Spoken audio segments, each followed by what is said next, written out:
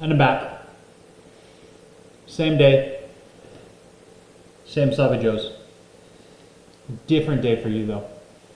So, I don't know what day of the week it is, but you are now doing some reading on Newton's first law and Newton's second law.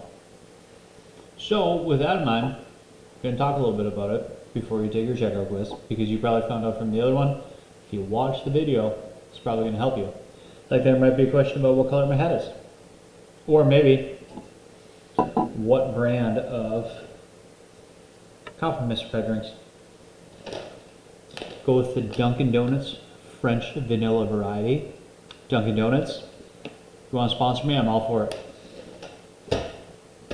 And also, what color is my water bottle? I don't know, call it mint green. And it is not a Stanley, it is a fake Stanley. And this would also be the emblem of the Mountain Collective Pass. But that doesn't have anything to do with what we're talking about. I just want to make sure that you're actually paying attention to the details. So, we're going to talk about Newton's first law of motion, then go into his second one. So, first law of motion, an object at rest stays at rest until acted upon by an external force. So, what's an external force? I would say it's going to be an unbalanced force, because right now, as we discussed yesterday, there are forces acting on that pink golf ball. That's an external force. Then it hit my Chromebook, and that Chromebook stopped it. Because this little golf ball, if it continues, it's going to go until something stops it. Now, if it eventually does stop before it runs out of the screen, friction is going to be the external force that causes it to come to a stop. But it's a voodoo ball and just keeps on rolling. So, sometimes Newton's first law of motion can be summed up as the law of inertia. Remember, if you ever watched Bill Nye, inertia is a property of matter. The inertia of an object basically depends upon its mass. Remember, mass is quantity of how much matter is in it. So I've got two little balls. This is a wiffle golf ball. This is a legit golf ball. It's a Pinnacle CLR1 breast cancer awareness ball. I don't know where I got it from, but it's in my house. So, if you know anything about the differences, one of these balls has more mass to it. So, what's the connection between mass and inertia? Think about it this way. Which one would you rather have hit you in the face? The one that doesn't have much mass? Or the one that has more mass? I mean, they could both hurt if they're going fast enough, but I think most of you probably would have picked the little wiffle ball one, because it doesn't have much mass. So, less mass equals less inertia.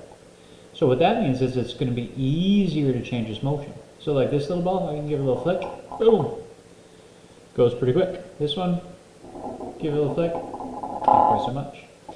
But also think about, what does that mean for stopping?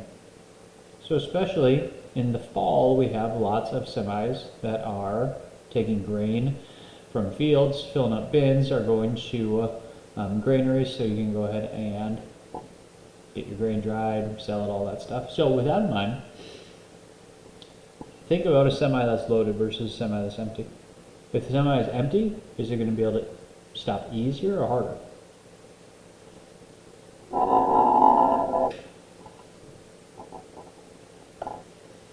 Which one's going to be easier to stop? The light one or the heavy one?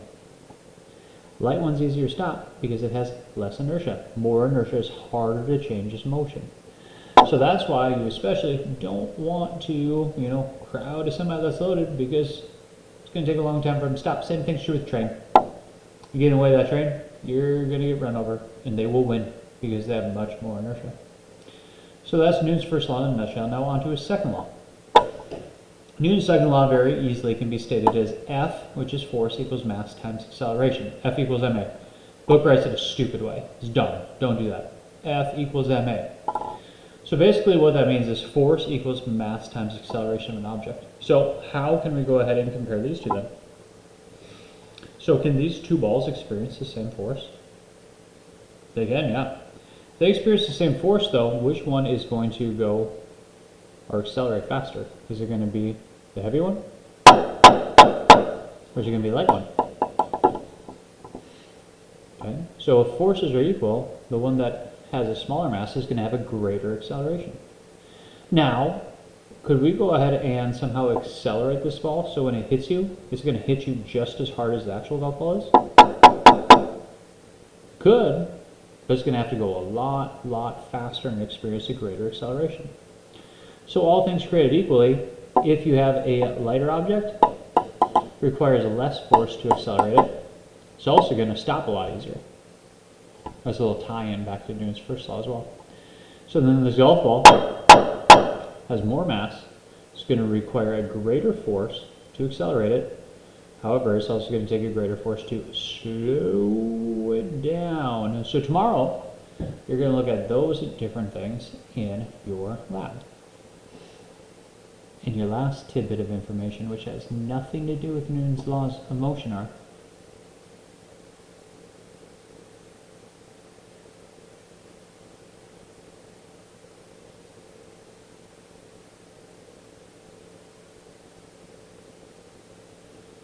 trying to think of something that I can put on your quiz. Just take everything in. Take it all in. There's going to be a question on the quiz about something strange in this picture. I don't know what it is yet. It's going to be something. So with that in mind, I don't really know where I was going with that. But after you take your quiz, if there's still time, read a book. Be quiet. Don't bother your neighbor. See you later.